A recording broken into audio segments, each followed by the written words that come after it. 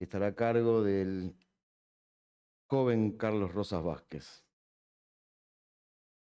El joven Carlos Rosas Vázquez obtuvo su doctorado en la Universidad Nacional Autónoma de México en 1989, mientras simultáneamente daba clases. En esos años investigaba diversos aspectos de la biología de los cangrejos y los camarones, lo que requería trasladar los ejemplares de la costa hasta Ciudad de México, una tarea que implicaba importantes desafíos logísticos como nos pasa a todos nosotros en el día de hoy. En 1986, entre 1986 y el 88, aún estando en la capital, él, Carlos y un colega le proponen a la UNAM la creación del laboratorio de investigación marina fuera del campus central de la Ciudad de México, con el fin de facilitar el trabajo científico y de reducir las dificultades asociadas al transporte de los organismos. Esta iniciativa finalmente se consolidó en el 2003 cuando logran firmar el convenio para establecer la unidad multidisciplinaria de docencia e investigación de la Facultad de Ciencias en la localidad de Cisal, en el estado de Yucatán, donde Carlos y el equipo, parte del presente hoy aquí, continúan trabajando hasta el día de hoy. A lo largo de todos estos años, el grupo y Carlos se enfocaron en investigaciones principalmente crustáceos, cefalópodos, fundamentalmente pulpos, y desde la perspectiva de la ecofisiología aplicada lograron construir un andamiaje bastante sólido de conocimientos que vincula la ciencia básica con el desarrollo de procesos en beneficio de las comunidades costeras. Carlos, debo decir, uno mira el currículum de Carlos y queda bastante asombrado, cosechó muchos logros a lo largo de su carrera y colabora con muchos grupos alrededor del mundo. Actualmente Carlos es profesor titular de carrera de la UNAM, miembro de la Academia Mexicana de Ciencias y Sistema Nacional de Investigadores, nivel 3, en su categorización, que es una distinción que reconoce la productividad científica y la labor en la formación de estudiantes. Y como les anticipaba, no es para menos. Los números son bastante asombrosos. Recibió varios premios, tiene patentes, ocupó varios puestos de gestión académica, dirigió 53 tesis de licenciatura, 43 tesis de posgrado y publicó 230 trabajos en revistas indexadas. Pero bueno, quienes seguimos el trabajo de Carlos sabemos que los logros no son solo cuantitativos. Todos los años el equipo de Carlos nos propone nuevos desafíos frente a las preguntas que se hace y nos sorprende con una nueva técnica, una nueva lectura sobre los interrogantes que tienen o que tienen los animales. Creo que vamos a hablar un poquito de eso hoy en el estado de Yucatán y con otros animales. En lo personal, sin dudas, Carlos es un referente en Latinoamérica para quienes trabajamos en temas ecofisiológicos y sus aplicaciones. Y no quiero dejar de mencionar que, bueno, además de ser un amigo, Carlos es un excelente cocinero, exiguo, es una persona con un profundo sentir latinoamericano y eso se ve en sus publicaciones, lo cual invito a que las recorran. Y por sobre todo es una persona con una calidad humana excepcional. Así que yo, Carlos, te doy la bienvenida, ya te la di, te agradezco mucho que te hayas acercado a Argentina a compartir tu charla y estamos expectantes de lo que nos cuentes.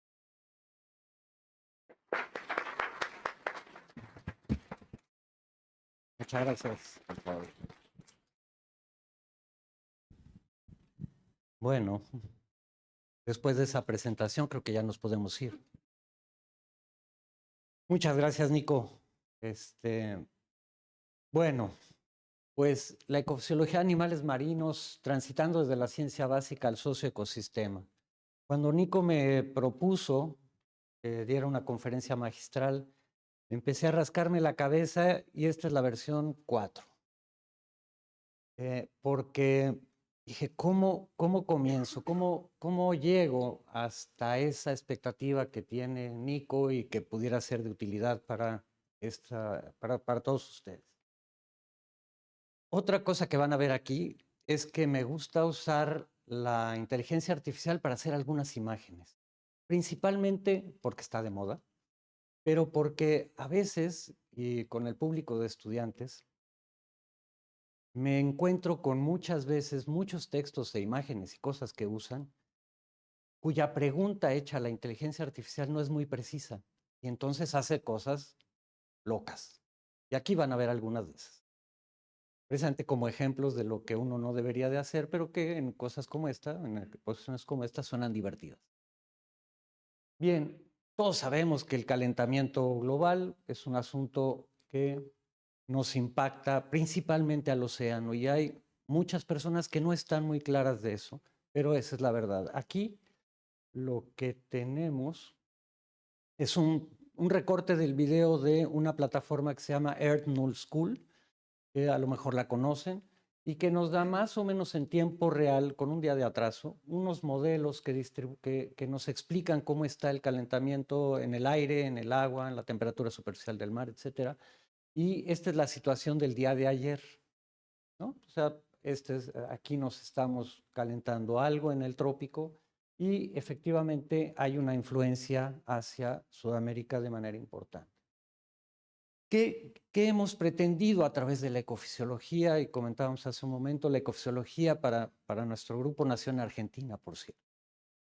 Bien, bueno, intentamos algo que hace unos años atrás me dijeron que era imposible, que es desde la perspectiva del socioecosistema intentar explicar las adaptaciones de los organismos, marinos en este caso, a partir de información del genoma, su repercusión en las reacciones bioquímicas, en el individuo y posteriormente en el ecosistema. Me dijeron que era imposible un grupo de franceses que decían que la ecofisiología era un invento de los biólogos, que no servía para nada. Pero sí sirve para algo. Además, ahora, en un ambiente que está fluctuando muchísimo, que estamos viviendo una época que nuestros abuelos hubieran pensado imposible también, pues se ha convertido en un reto permanente, ¿no? Entonces, ¿qué buscamos nosotros en la ecofisiología aplicada? Aportar conocimiento sobre las adaptaciones de los organismos de importancia ecológica, pesquera y acuícola, ¿no?, en beneficio de los socioecosistemas marino-costeros. Ciertamente el trabajo en colaboración es la base.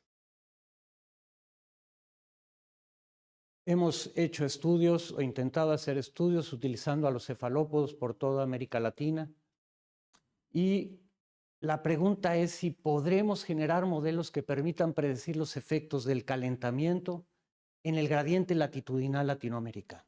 Esa es una pregunta que soporta mucho de lo que hacemos. ¿Qué más necesitamos saber de la tolerancia térmica de nuestras especies de importancia?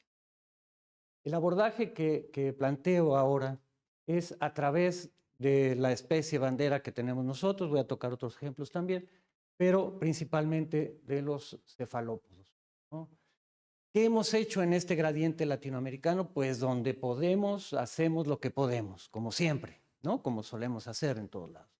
Morfología, metabolismo, metabolismo energético, mecanismos de defensa antioxidante, en función de la infraestructura científica, el soporte económico, etcétera, que nos vamos encontrando en todo este gradiente. ¿Qué sabemos hoy día? Bueno, sabemos ya los óptimos del desarrollo embrionario de un montón de especies de América Latina.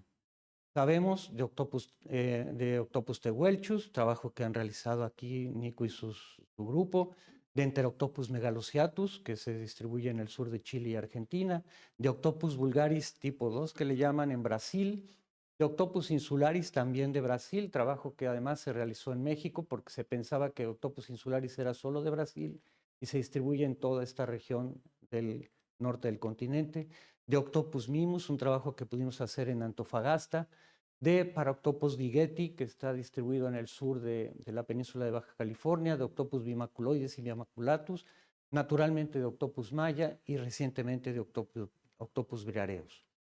Esto nos permite ya tener una visión latitudinal en un gradiente que es tremendamente útil, sobre todo ahora pensando en esta situación del calentamiento. Ya creo yo que sí podemos hacer modelos que nos permitan predecir cosas, mucho más allá de la publicación en Science que alguna vez todos soñamos. Tenemos la oportunidad precisamente de poder generar ideas que vinculen en este gradiente a todas estas especies. Esta es una de las imágenes. Le pedí a inteligencia artificial, por favor, hazme una imagen de un pulpo en escenarios de calentamiento, y me da eso, ¿no?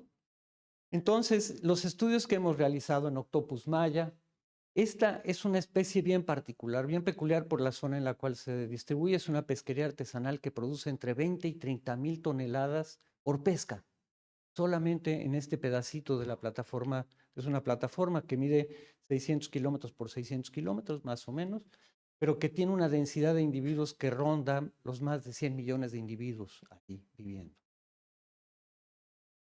En esta plataforma, la pesca es una pesca bastante amigable, digamos.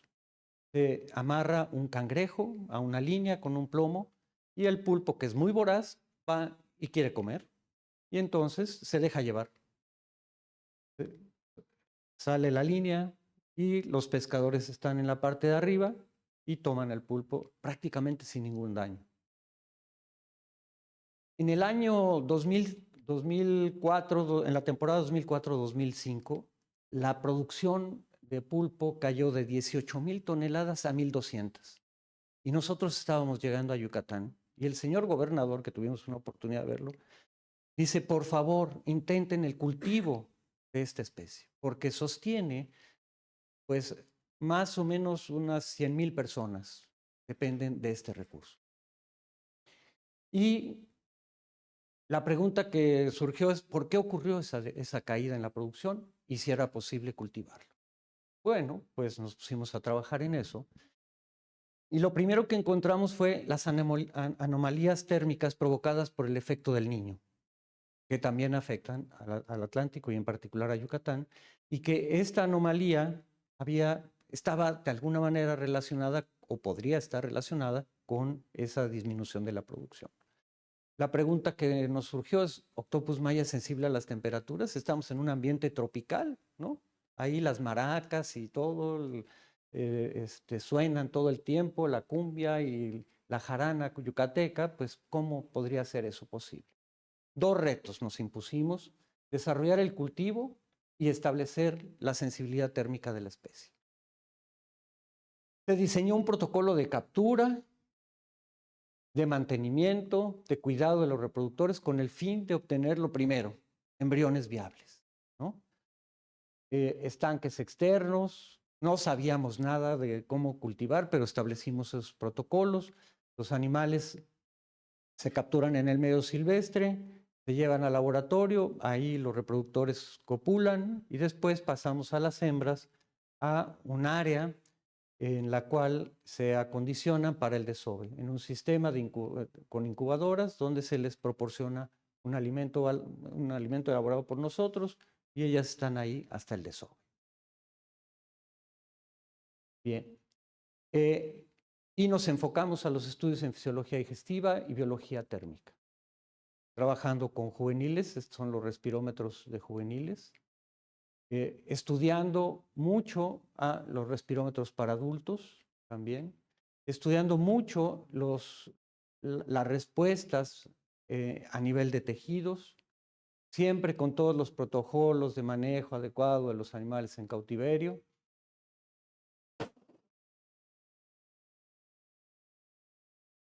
Los embriones y otros estudios más específicos que comentaré un poco más adelante. Estos son los embriones de Octopus maya, son embriones grandes, miden como casi 2 centímetros los huevos y pueden ser mantenidos muy bien en condiciones experimentales. Para llegar a esta forma de incubación, hicimos todo un trabajo en colaboración con los colegas de Chile para saber qué le pasa, cómo las hembras cuidan a los embriones y cuál es la razón por la cual ellas las cuidan. Esencialmente lo que hacen las hembras cuando cuidan a los embriones es eliminar la capa de bacterias que eventualmente se colocan encima de los huevos. En este sistema que nosotros diseñamos, lo probamos de tal manera que pudiéramos saber si las bacterias en un sistema artificial se podían eliminar de la misma manera. Y lo que ocurre es que la hembra todo el tiempo tira chorros de agua para limpiar esos huevos. Y nosotros diseñamos una incubadora en la cual era posible generar el mismo efecto. Los estadios de desarrollo los dividimos en blastulación, organogénesis, activación y crecimiento, y nos dedicamos a los estudios base. ¿Qué encontramos? Bueno, hay una herencia materna de carga de radicales libres que van al embrión y, Y los embriones, durante su desarrollo, crecimiento y metabolismo, tienen la capacidad de contender contra esos radicales libres, generando además los propios y desarrollarse normalmente. Aquí datos donde vemos la superóxido dismutasa, por ejemplo, cómo se activa en el camino. ¿Cómo lo hacen esto? Bueno, a través de una activación de genes de catalasa, superóxido dismutasa durante los procesos de organogénesis que van creciendo con el tiempo, con el desarrollo, pero también observamos que el aerobic scope, esta energía potencial que tienen los embriones para desarrollarse y crecer y generar energía, se reducía con el desarrollo embrionario. Dijimos, ¿por qué se reduce? ¿Qué hace que se reduzca? Bueno, con un microsensor de 230 micras, que es un huevo grande, logramos medir el oxígeno dentro del huevo en el fluido perivitelino, con el objetivo de saber si era el oxígeno dentro de ese fluido el que estaba regulando la tasa metabólica de los embriones. ¿Qué fue lo? Al mismo tiempo, construimos una cámara UCI que es, en principio, es una camarita de acrílico en la cual colocamos el corión, porque la pregunta era, ¿es el corión el que interrumpe el fluido de oxígeno o es la tasa respiratoria del embrión lo que la agota? ¿Qué está pasando ahí? Entonces se hicieron experimentos con ese mismo microsensor, colocando el corión en esta camarita para poder medir en dos concentraciones de oxígeno en saturación de un lado y oxígeno bajo del otro para conocer el flujo a través del corión. ¿Qué obtuvimos? Que el oxígeno dentro del fluido perivitelino se reduce, que el grosor del corión también se reduce, o sea, se va haciendo más delgadito, pero que la conductancia del huevo, del oxígeno a través del corión, aumenta con el desarrollo embrionario. Dirían mis estudiantes, cámara, ¿qué pasó? Bueno, que fíjense en este embrión recién nacido, ahí sale, veamos la tasa respiratoria cuando sale. O sea, es un momento en el que sale del huevo, hace esta reacción y si las condiciones son apropiadas, vive libre y feliz. Esto es importante, la hipoxia neonatal. Nacer es un riesgo permanente para todos los seres vivos, ¿no? En un bebé, en un perro, en un gato y en un pulpo. ¿Por qué? Porque ese momento en el cual el oxígeno se reduce está perfectamente en equilibrio con el desarrollo, con el grosor del corión y con las características de la cápsula y del propio embrión. Es decir, es un momento clave en donde coinciden todos los factores de desarrollo del embrión más los factores alrededor del líquido, más los externos, que favorece que estos embriones nazcan. Por lo tanto, pensamos, wow, entonces son muy sensibles a la temperatura y al oxígeno disuelto presente. ¿Qué pasa en alta temperatura? Si nosotros exponemos a la madre a una alta temperatura, que son 30 grados, el año pasado tuvimos una ola de calor que duró prácticamente 2 meses, en donde en el fondo, donde habitan estos pulpos, llegamos a los 30 grados. Entonces es una condición que es perfectamente posible. ¿Y qué es lo que ocurre? La carga materna de los radicales libres que les comentaba que le ponen al embrión aumenta. Por lo tanto, los embriones no tienen ya la misma capacidad de contender contra esos radicales libres, ni contra los que ellos producen. ¿Y qué pasa? Producen este tipo de embriones deformes. Se deforman brutalmente como consecuencia del efecto que tienen los radicales libres sobre las membranas, sobre toda la fisiología del animal. El otro reto, los juveniles. Ya más o menos desentrañamos el misterio de los embriones. Los juveniles, la nutrición y el calentamiento. ¿Cómo podríamos mantener juveniles en condiciones adecuadas, nutridas, etcétera, que pudiera resolver la gran pregunta inicial? ¿Se pueden cultivar? 2 fronteras en camino de la incidencia hacia las personas, hacia el socioecosistema. Exploramos la fisiología digestiva con muchísimos trabajos ahí El doctor Pedro Gallardo es nuestro soporte fundamental en la parte de nutrición y de diseño de alimentos, toda la parte, hicimos muchas cosas relacionadas con la actividad enzimática del tracto digestivo de los pulpos y descubrimos una cosa que fue bien interesante y que en Aquaculture no nos creían al principio, porque decíamos, las enzimas digestivas de los pulpos son esencialmente ácidas. No puede ser. Los invertebrados casi todos tienen enzimas alcalinas. No, estos tienen enzimas ácidas. Y bueno, tuvimos que hacer varias pruebas, electroforesis, etcétera, y curvas de Michaelis-Menten, en fin, una descripción más detallada de las enzimas para poder convencer de que efectivamente son enzimas ácidas. ¿Eso qué implica? Que un alimento para camarón, por ejemplo, o para peces, no funciona con los pulpos. ¿Por qué? Porque ese alimento está cocido a una temperatura alta por hacer la harina y los pulpos no lo digieren. Entonces, bueno, a partir de ese conocimiento diseñamos un alimento específico para cefalópodos, para pulpos en particular, que es una pasta hecha con proteína nativa de calamar y cangrejos, con vitaminas y aglutinada con gelatina, producto de conocer la fisiología digestiva de estos animales. Este alimento primero se probó experimentalmente con los individuos, ¿no? Y, como verán ahí, es una reacción inmediata de los animales para consumir este alimento. Esto nos llevó a la construcción de un modelo demostrativo con la gente de la comunidad de Sisal, un grupo de mujeres de la comunidad que se acercó y nos acercamos ahí con ellas para poder pues probar si era posible hacer un proyecto de producción de pulpos con ese grupo, en un módulo demostrativo lo más simple posible, que fuera de construcción económica, con un tiempo de vida relativamente corto, pero que fuera factible, fácil de operar, sistema de recirculación de agua de mar, y con una dimensión que permitiera escalar también, porque nos preguntaban, ¿y esto es rentable? No sabemos. Ah, bueno, cuando sepas me avisas, ¿no? Y se iban los funcionarios. Entonces, diseñamos un sistema de estanques, de 6 estanques, de 6 metros de diámetro, con agua de mar, para, bueno, con sombras, etcétera, para poder hacer esa prueba con esa cooperativa. En ese sistema se sembraron pulpitos recién nacidos, una densidad que ahí calibramos después de un montón de experimentos de 25 pulpos por metro cuadrado. Ahí vemos el momento en que se están sembrando. Y los miembros de la cooperativa, las señoras, operaron el sistema, ¿no? Haciendo separación de tallas. Y ahí comprobamos que nos dirían algunas personas, ¿y no anestesiaron los pulpos para pensarlos? No, hicimos pruebas para poder saber si el anestésico a la hora de pesar era útil o no. Y lo que descubrimos fue que el estrés que provoca un anestésico es muchísimo mayor que una manipulación sencilla y fácil cuando operamos para pesar los animales.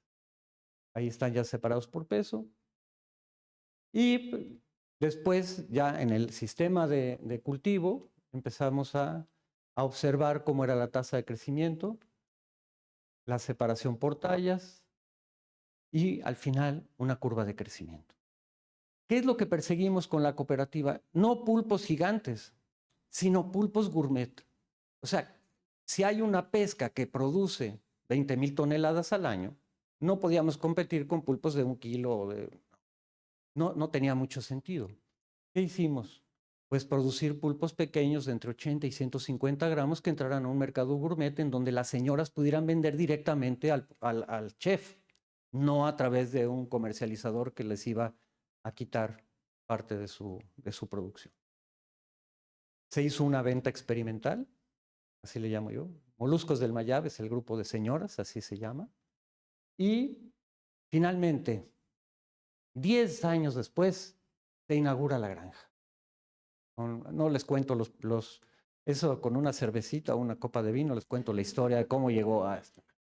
Es una granja que tiene 8 estanques de 6 metros de diámetro, 8 estanques de 9 metros de diámetro y una comunidad costera ahí, ¿no? Esto se hizo gracias al financiamiento del programa de los pequeños subsidios de las Naciones Unidas en colaboración con nosotros para poder financiar esta pequeña granja. Es una granja que está en 1/4 de hectárea. ¿Y qué pasó con el calentamiento? Bueno, pues en el camino seguimos trabajando y descubrimos que esta especie es efectivamente sensible a la temperatura, 22 a 27 grados no más para los embriones. Los juveniles de 20 a 30 grados por un tiempo, 30 grados puede ser que les vaya más o menos bien, y las hembras 22 a 27. Por arriba de 27 grados las hembras no desovan, simplemente no desovan. ¿Y por qué no desovan? Bueno, por todo eso. No me voy a poner a explicar eso, ¿verdad? Ok, entonces mejor, ¿cómo le explico yo eso a los pescadores, a los políticos, la gente que toma decisiones? En este video vas a aprender cómo el calor del mar afecta al corazón del pulpo maya. En el mundo marino, el pulpo Octopus maya juega un papel muy importante en el ecosistema costero y la pesquería de Yucatán. Sin embargo, el calentamiento global está elevando las temperaturas en los océanos de todo el mundo. En la región de Yucatán, esto está afectando directamente al pulpo maya y su entorno marino. ¿Qué pasa cuando hace mucho calor? Nos sentimos cansados y agotados. Bueno, lo mismo le pasa al pulpo.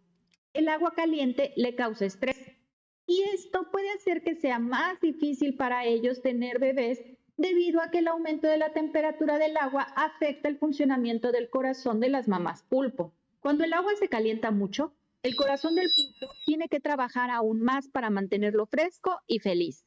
Pero, ¡oh sorpresa! El corazón se encuentra en apuros porque no puede producir suficiente ATP, que es como la comida especial que necesita para obtener energía. Entonces, cuando el corazón no tiene suficiente energía, no puede bombear la sangre tan fuerte como debería. Es como si la bomba que mueve el agua fuera más lenta, y eso no es bueno. ¿Por qué? Porque un corazón que bombea menos sangre también envía menos oxígeno al cuerpo. Y cuando el cuerpo no recibe suficiente oxígeno, el cerebro no puede trabajar correctamente. Por eso, la mamá pulpo podría sentirse más cansada y sin energía para tener a sus bebés. Y fue como explicamos todo el montón de experimentos y cosas que hicimos para poder llegar a eso. Metabolismo mitocondrial del corazón sistémico, consumo de oxígeno de los reproductores, mucha expresión de genes en el cerebro, de los controles que tienen que ver con la reproducción, etc. ¿Cuáles son las hipótesis para los escenarios de calentamiento? Bueno, que van a migrar. Con las olas de calor del año pasado, comentábamos con Claudia en el laboratorio, no va a haber pulpos este año. Y no nos creen todavía, pero no hubo muchos pulpos. Esta es una simulación de la dispersión en base a los resultados de modelos correlativos y la abundancia de la pesca, ¿no? Y lo verdecito son los pulpos y los grises son cuando ya no hay pulpos. Si se fijan, se mueven muchísimo los pulpos. Eso es lo que los modelos con los datos de pesca y con los datos de la fisiología nos arroja, y pues es la predicción, esa es la plataforma, de que los pulpos se van a ir moviendo hacia el exterior de la plataforma. ¿Cuál es la situación actual de Yucatán? Bueno, tenemos una presión inmobiliaria brutal. Es una zona más o menos prístina, más o menos. Una comunidad de pescadores chiquitita, 1,500 habitantes, pero playas más o menos bonitas, vírgenes casi. Una pobreza rampante como producto de la declinación de la pesca, porque es una comunidad de pescadores. Una vulnerabilidad a las condiciones del cambio climático brutal, o sea, una tormenta y se los lleva. El año pasado venía un ciclón categoría 5, directo a la península de Yucatán. Dijimos, si esto pega, yo estaría pidiendo trabajo aquí. No pegó de manera directa, se desvió como 200 kilómetros, pero tuvo el efecto suficiente de la elevación del nivel del mar, como de 1,40 m. Para una comunidad costera eso es un montón. A nosotros se nos echaron a perder un montón de congeladores. Los químicos que están al lado de nosotros, también un montón. 20 centímetros de agua en los salones de clase, etc. Imagínense la gente. Entonces, la vulnerabilidad es tremenda. ¿Qué está llevando todo esto? A que la gente migre a la ciudad de Mérida, perdiendo su identidad, su arraigo, etc. ¿Qué provoca a los pescadores? Una sobrepesca, claro. Si está cada vez menos, pues voy a pescar a ver si puedo pescar más, si usan técnicas ilegales, etc. Y al mismo tiempo las especies están yendo a aguas más profundas, lo cual incrementa los costos. Esta es la surgencia. Hay una surgencia en Yucatán que mete agua del Caribe. Es una curvita que hace aquí la corriente. Aquí está Cuba. Y esta entra con 2 grados Celsius más o menos a la plataforma de Yucatán y va por el fondo enfriando un poco eso. Esta corriente, según nos dicen los oceanólogos, se está enfriando. No enfriando, se está reduciendo. Y entonces cada vez su influencia en esta zona es menor. El futuro de la pesca, entonces, ¿cuál es? Bienvenido a un video más sobre el fascinante mundo de los océanos. ¿Sabías que el océano es uno de los tesoros más grandes que tenemos en la Tierra? Nos da comida, trabajo y es hogar para miles de criaturas increíbles. Pero también está en peligro. Hoy vamos a aprender cómo el cambio climático, la contaminación y la pesca están afectando a nuestros océanos y qué podemos hacer para protegerlos. Acompáñanos en este viaje por el mar para descubrir cómo cuidar este increíble mundo azul y asegurar un futuro para todos. En la actualidad, el océano está en problemas por varias razones. El cambio climático, la contaminación y la gran demanda de peces están afectando a nuestros mares. La pesca, que es súper importante para muchas familias, también está en peligro. Pero, ¿qué podemos hacer para proteger el océano? Veamos primero cómo afectan estos problemas a los que se está enfrentando el océano. El cambio climático está haciendo que muchos peces se muevan a otras zonas buscando agua más fría. Esto hace que sea más difícil encontrarlos. Cada vez necesitamos más pescado, pero eso provoca una sobrepesca, lo que significa que estamos sacando muchos peces del mar más rápido de lo que pueden reproducirse. La basura y los desechos que tiramos al océano, como el plástico, están contaminando el agua y dañando a los animales marinos. Y algunas personas usan métodos de pesca destructivos o ilegales, lo que daña los lugares donde viven los peces y otras criaturas marinas. ¿Qué pasa cuando el océano está tan afectado? Los pescadores tienen que trabajar mucho más para atrapar peces, porque cada vez hay menos. Y cuando los pescan, los peces son más pequeños, lo que significa que no están creciendo lo suficiente para reproducirse y mantener sus poblaciones. Esto también afecta a las familias que dependen de la pesca para vivir. Tienen que gastar más dinero en sus viajes de pesca y a veces regresan con menos peces. Así ganan menos dinero, lo que pone en riesgo a sus hogares y comunidades. Para intentar solucionar estos problemas, algunas ideas se han puesto en marcha, pero a veces no son suficientes y tienen sus propias dificultades. Entre estas soluciones se encuentran vedas más largas, es decir, que se detiene la pesca por un tiempo para que los peces puedan recuperarse, pero los pescadores no pueden trabajar mientras tanto. Restringir el uso de redes o zonas de pesca ayuda a cuidar ciertas áreas del océano, pero los pescadores tienen menos lugares para trabajar. La prohibición de permisos de pesca afecta a muchos pescadores que ya no pueden pescar como antes. Además, hay mayor vigilancia y castigos más grandes para quienes no siguen las reglas.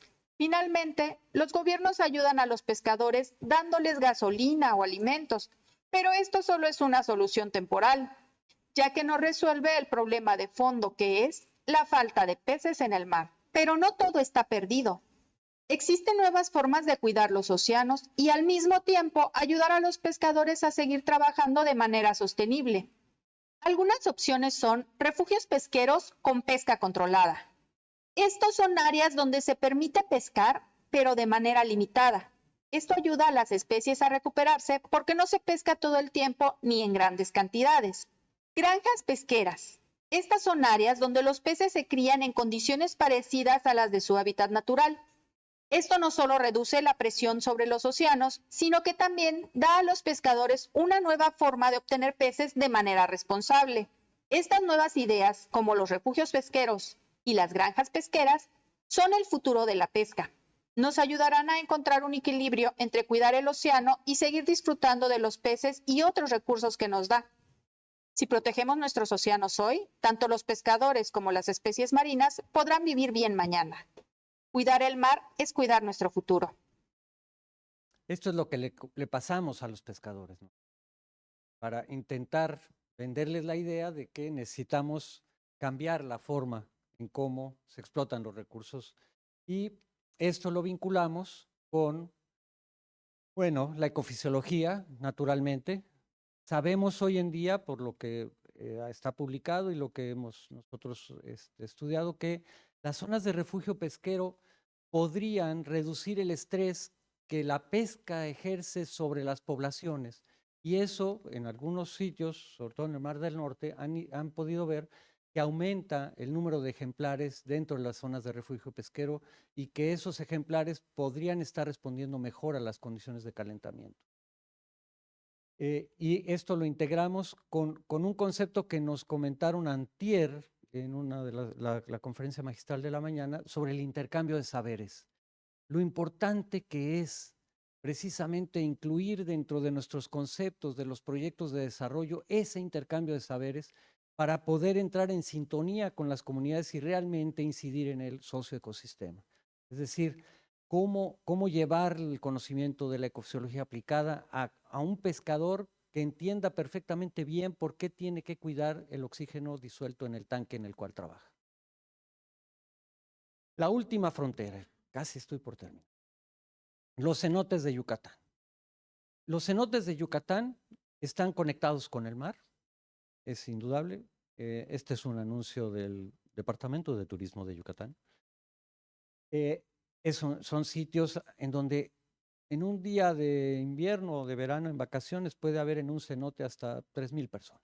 No al mismo tiempo, sino durante el día pueden estar llegando hasta 3,000 personas. Los más populares. Bueno, ¿cuál es la vida en estos cenotes? Según los geólogos, son burbujas de la última glaciación, en donde el endemismo es tremendo, y ahí nuestros buzos de cavernas se meten y hemos estudiado algunas de las especies de camaroncitos que habitan ahí, porque son especies que pensamos podrían ser muy buenos centinelas de la alteración que pudiera estar ocurriendo en estos ambientes, porque Yucatán no tiene ríos, pero tiene un manto freático enorme, que es el más importante como manto freático, por lo menos de todo el país. Es la reserva de agua más importante que tenemos. Y obviamente dentro de la presión inmobiliaria también está la presión sobre ese manto freático. En estos cenotes lo que hemos hecho es experimentos in situ, colocando los respirómetros ahí mismo, en las temperaturas de los animales, en las condiciones de ellos, el laboratorio ahí en un campamento, para poder determinar la tasa metabólica y los efectos que pudiera haber ocurrido dentro de en el cenote y para conocer la fisiología de estos animales.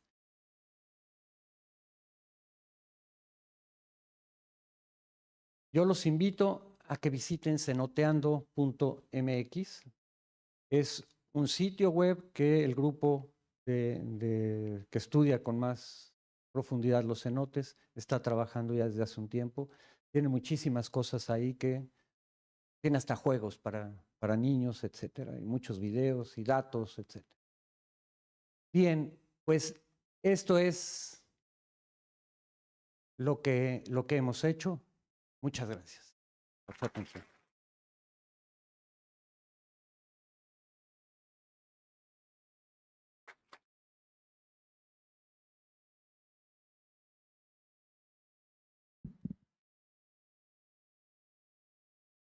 ¿Alguno desea hacer una pregunta? ¿Alguna? Sí.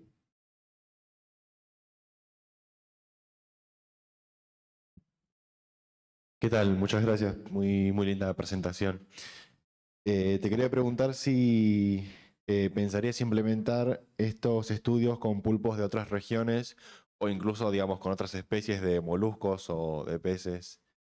Bueno, yo en la versión número 1 de esta presentación quería poner ejemplos de lo que hemos hecho en peces, en langostas, en camarones, en babosas de mar, en pepinos de mar y ¿qué más se me olvida? Caballitos de mar, claro, caballitos de mar. Sí, eh, digamos, la ecofisiología tiene esa virtud, ¿no? Nos podemos mover lateralmente hacia cualesquier especie. Claro, hay que estudiar las particularidades de cada una, pero nos hemos movido mucho, intentando armar un rompecabezas lo más completo posible, no solamente para la región, sino como viste, para América Latina también. Claro, no, por ejemplo, ahora montamos en la UBA un respirómetro de flujo para medir el consumo de oxígeno en langostas, en Querax quadricarinatus y en unos camarencitos átidos, que no recuerdo el nombre, pero no importa, pequeñitos. ¿Por qué? Porque lo podemos hacer e hicimos la curva de la relación entre el consumo de oxígeno y el peso ya de las langostitas. Hernán ya analizó esos datos rápidamente y encontró que los animales, que comentamos las hipótesis posibles, que los animales de crecimiento más lento tienen tasas metabólicas más aceleradas que los de crecimiento rápido, lo cual lleva a pensar en un diseño de alimentos diferente. En fin, o sea, sí, la respuesta es sí, lo hemos hecho. No nos da el cuero para publicar todo lo que tenemos todavía pendiente, pero sí.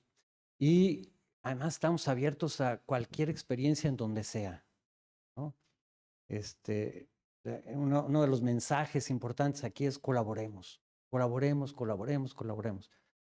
Hoy en día, comentaba hace rato, las plataformas nos permiten incluso hacer experimentos a distancia. Podemos montar cosas aquí y que las veamos allá, o podemos montar cosas allá y que las vean aquí. En fin, el intercambio de estudiantes para nosotros es todo el tiempo.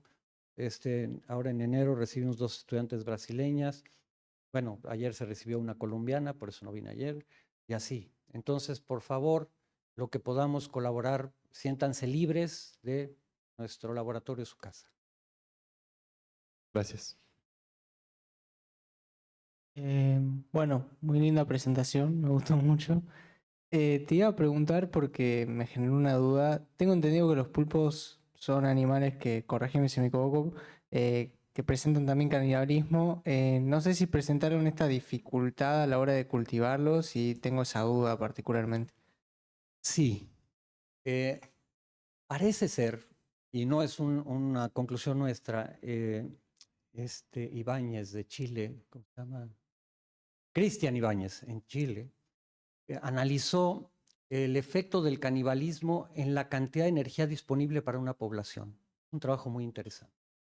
¿Qué pasa cuando cultivamos a los animales? Que como las hembras son colectoras de esperma, entonces tienen, en el caso Octopus maya, hasta 11 machos hemos encontrado en el genoma de un desove presentes, ¿no? 11 machos presentes. Entonces, como es la genética, tienes a los delgaditos y altos, a los rechonchos y chiquitos, a los que crecen más rápido, a los que crecen más lento. Pareciera ser, es una hipótesis, que en esta diversidad de tallas, los más chiquitos pues pueden ser canibaleados por los más grandecillos. Y sí, ciertamente hay una cierta mortalidad asociada con el canibalismo, que seguramente ocurre en la población silvestre también. Nosotros tenemos registrados sobrevivencias del 50% de la producción, en una producción del 50% de sobrevivencia. Y algunas personas nos dicen, ¿pero cómo? El 50% debería de ser el 100%. No, para acuacultura decir el 50% es una maravilla en general. Y en la población silvestre, lo que los pesqueros dicen que ocurre con la mortalidad natural es como del 99.5%. Entonces, el canibalismo que encontramos en el cultivo creo que es casi como un beneficio de energía que se ingresa a los animales que van a crecer más rápido. Y es así. Porque aunque los alimentemos muchas veces al día, siempre habrá un cierto grado de canibalismo.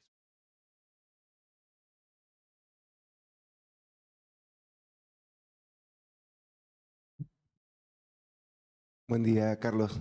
También felicitaciones, hermosa la presentación.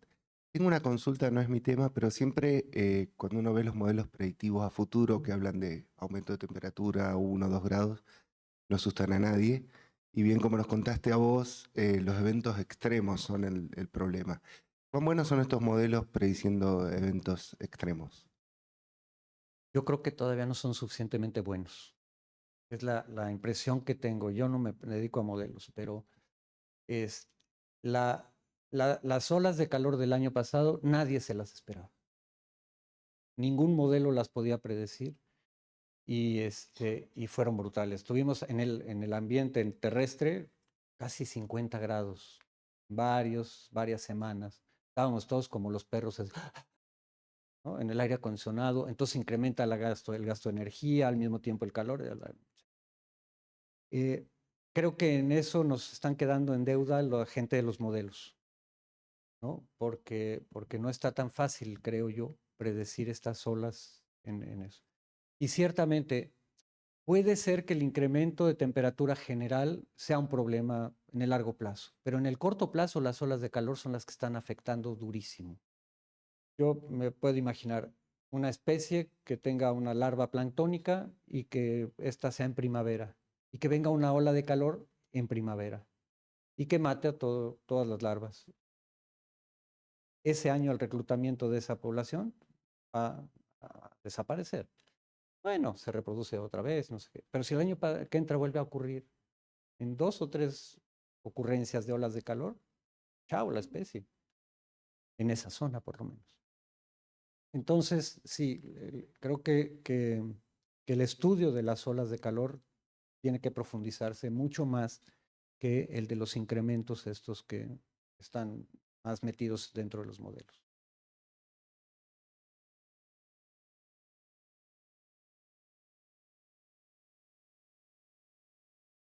Buen día, Carlos. Un gusto, la verdad que hermosa la presentación.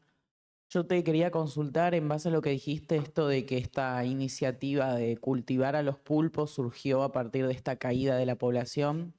Si intentaron repoblar a partir de todos estos experimentos, que bueno, eran originalmente para acuicultura, pero si pudieron, digamos, tratar de insertar algunos individuos en el ambiente natural, o si la población naturalmente al disminuir la presión pesquera volvió a crecer.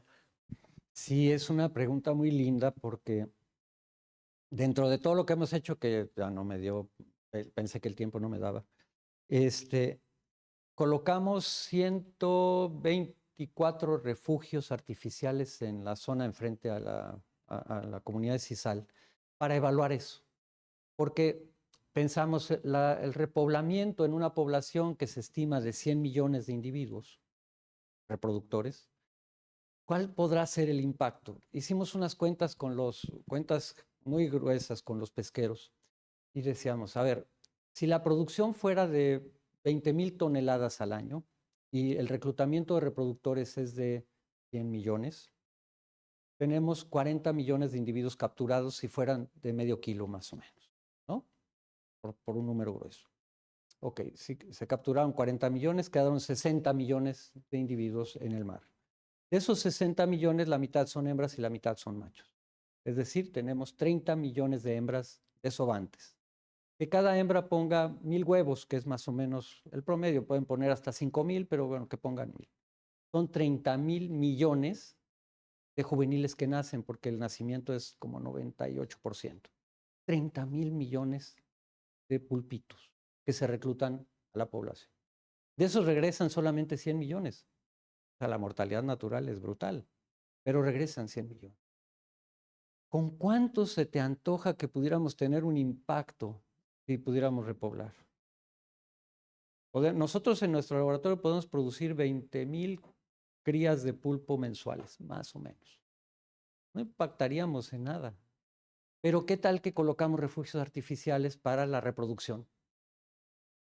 Y entonces que sea la reproducción natural la que reclute más reproductores, más embriones y más juveniles a la población silvestre. Estamos trabajando en eso. Porque te digo, el repoblar, y luego la otra pregunta que nos hicimos es, bueno, No importa que el impacto sea pequeño si vas a aumentar la reproducción, pero ellas se reproducen una sola vez en su vida. Entonces tendrías que estar, a diferencia de los peces, que si tú vas tirando peces, se van a reproducir por 5 o 10 años cuando lleguen adultos. Estos no, se van a reproducir una sola vez. Entonces, el impacto de la repoblación podría ser mínimo. Mejor mejorar el ecosistema, crear los refugios pesqueros para evitar la pesca ilegal que se hace con arpón o con ganchos, sacando a las hembras del refugio, y mejorar entonces la actividad reproductiva natural para que haya siempre más pulpos. Esa es la estrategia.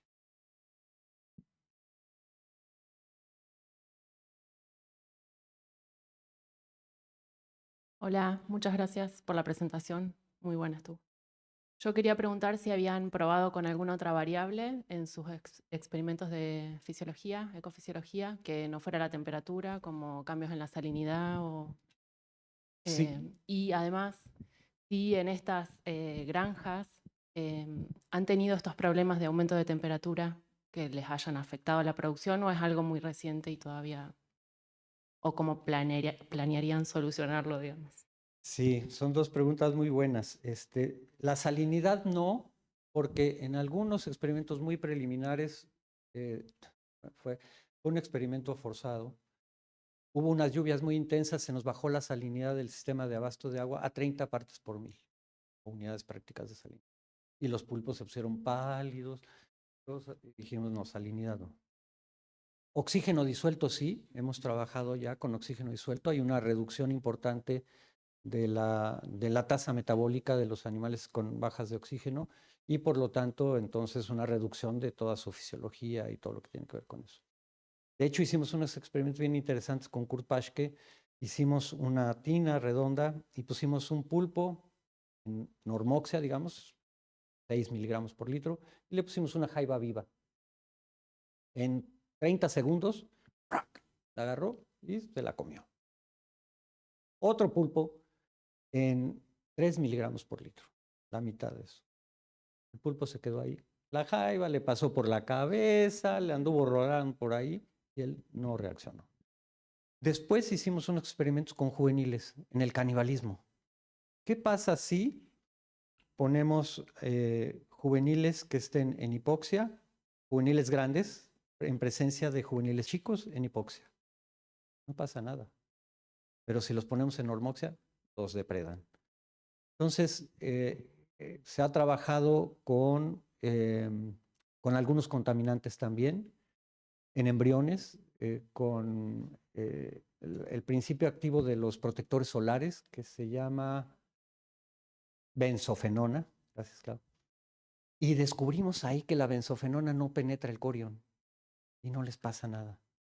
Pero que otros contaminantes como el otro que probó esta... uno que se usa como herbicida, ese sí afecta a los embriones. Nos hace falta mucho todavía por aprender, ¿no?, de esto. Respecto de la granja, sí, la temperatura es un problema, pero ahí el agua de mar se obtiene por pozos. Entonces se diseñó ahora un sistema, están en eso, todavía es muy temprano para eso, para abastecer a los estanques con el agua del pozo que tiene una temperatura como de 24 grados constante todo el año. Entonces, por ahí regular un poco la temperatura de los tanques, porque ciertamente si no se regula de esa manera pueden tener 32, 33 grados en el agua tranquilamente. Claro, por algunas horas. Gracias, Carlos. Esta pregunta, perdón, si había alguien. No, pero si tomás el Fabi, mando, ¿la haces vos o la hago yo? Yo creo que va apuntando a lo mismo. hacé la pregunta y después pasamos por acá. Justo con Fabián y otras personas que trabajan con peces acá en Patagonia, hace 2, 3 años iniciamos un estudio para tratar de recopilar a nivel global cuáles eran los rasgos que se estaban usando para poder entender los cambios de distribución de especies de peces marinas a nivel global, ¿no?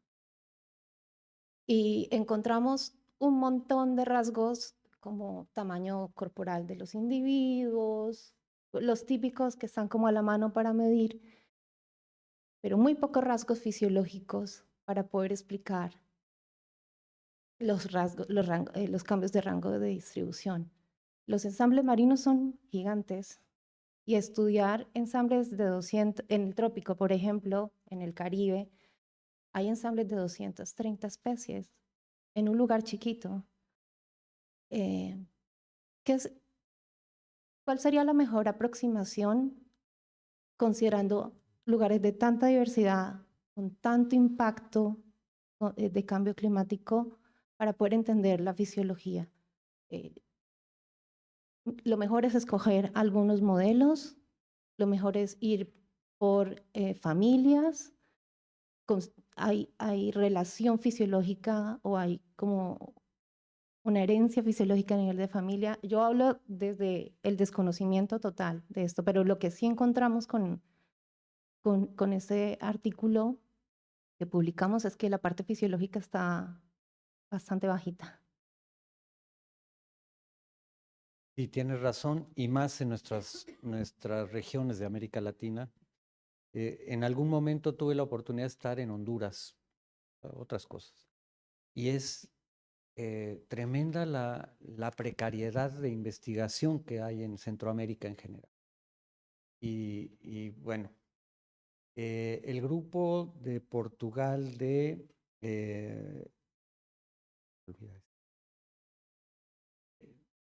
¿no?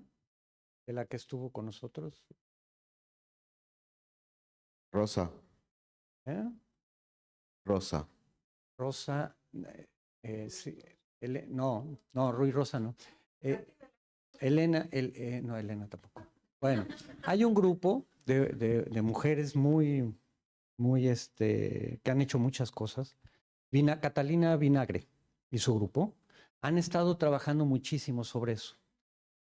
¿Qué han hecho? Ellas han trabajado en Brasil y han trabajado en Portugal, y entonces han tomado la temperatura crítica máxima y la temperatura crítica mínima como un indicador general, como para poder conocer la adaptación, la capacidad de adaptación de las distintas especies que habitan en un sitio, y poder como generar un indicador que permita establecer cuál es su capacidad de resiliencia ante un calentamiento. Claro, hay que tomar esto con cierta precaución porque la temperatura crítica máxima es un punto extremo de la tolerancia térmica, ¿no? Y ese punto extremo es el punto a partir del cual unos pocos minutos después los animales se mueren en esa temperatura. Entonces, pero como una primera aproximación para generar modelos generales de saber quiénes son los que podrían tener mejor respuesta ante una situación de calentamiento, es una buena aproximación. Otra cosa que hemos estado observando es que los grupos en general, por ejemplo, los pulpos en general, con sus tasas metabólicas altas, digamos, los tropicales responden bastante similar ante las condiciones de calentamiento. Entonces podríamos decir pulpos tropicales versus pulpos templados, pulpos subpolares, digamos, más o menos como familias, como grupos de respuestas fisiológicas, tal vez no de familias, sino de primos hermanos, ¿no? Y aproximarse a eso. Creo que por ahí. Sí. Y claro, por ejemplo, el próximo año, Kurt Paschke dice, vamos a organizar un curso donde con un sensor, una plaquita Arduino, demos a los estudiantes que asistan todos los elementos para que monten un respirómetro en su lugar y que se empiece a diseminar la evaluación de la tasa metabólica de las especies en cada lugar. En marzo lo quiero hacer. Entonces le digo, bueno, primero hazlo y luego lo vamos, ya que probemos, luego lo vamos diseminando porque habrá que hacer muchos ajustes. Pero yo creo que es una magnífica idea, que diseminemos estas cosas entre nuestros estudiantes, la gente joven, que se les atraviesa una pulga de agua, a ver, vamos a medirla, ¿no? Con sistemas lo más económicos posibles dentro de todo lo que implica la precisión, el cuidado, etcétera.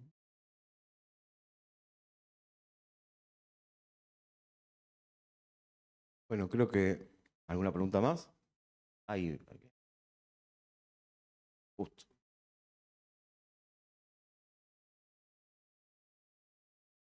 Bueno, buenísima la charla, espectacular.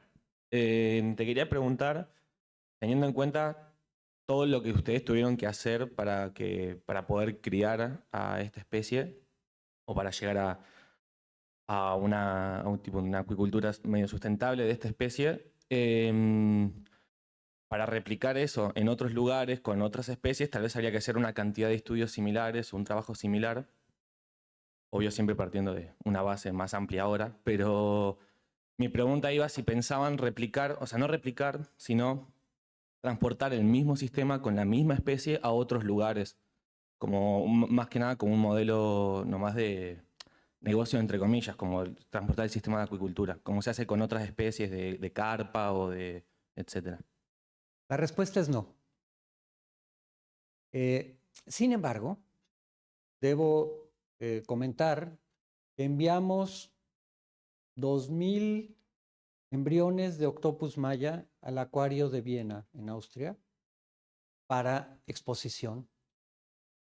Y ellos nacieron ahí, nacieron los juveniles, y ya tienen algunos reproductores.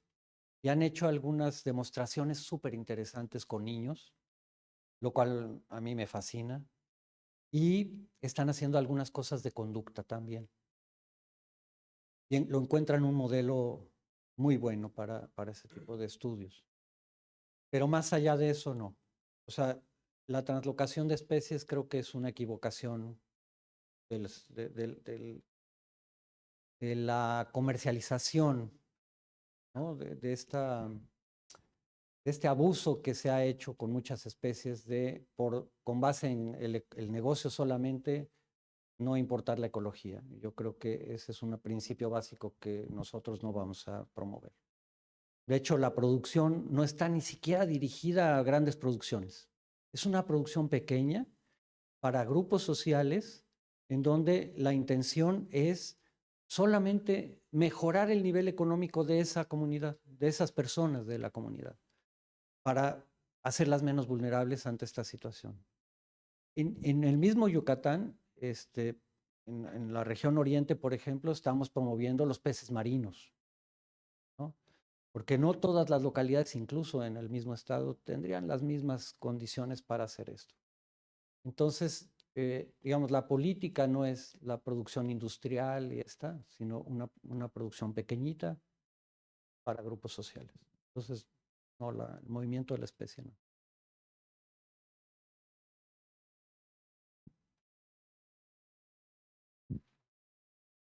Bueno, Carlos, la verdad que un gran aplauso para vos.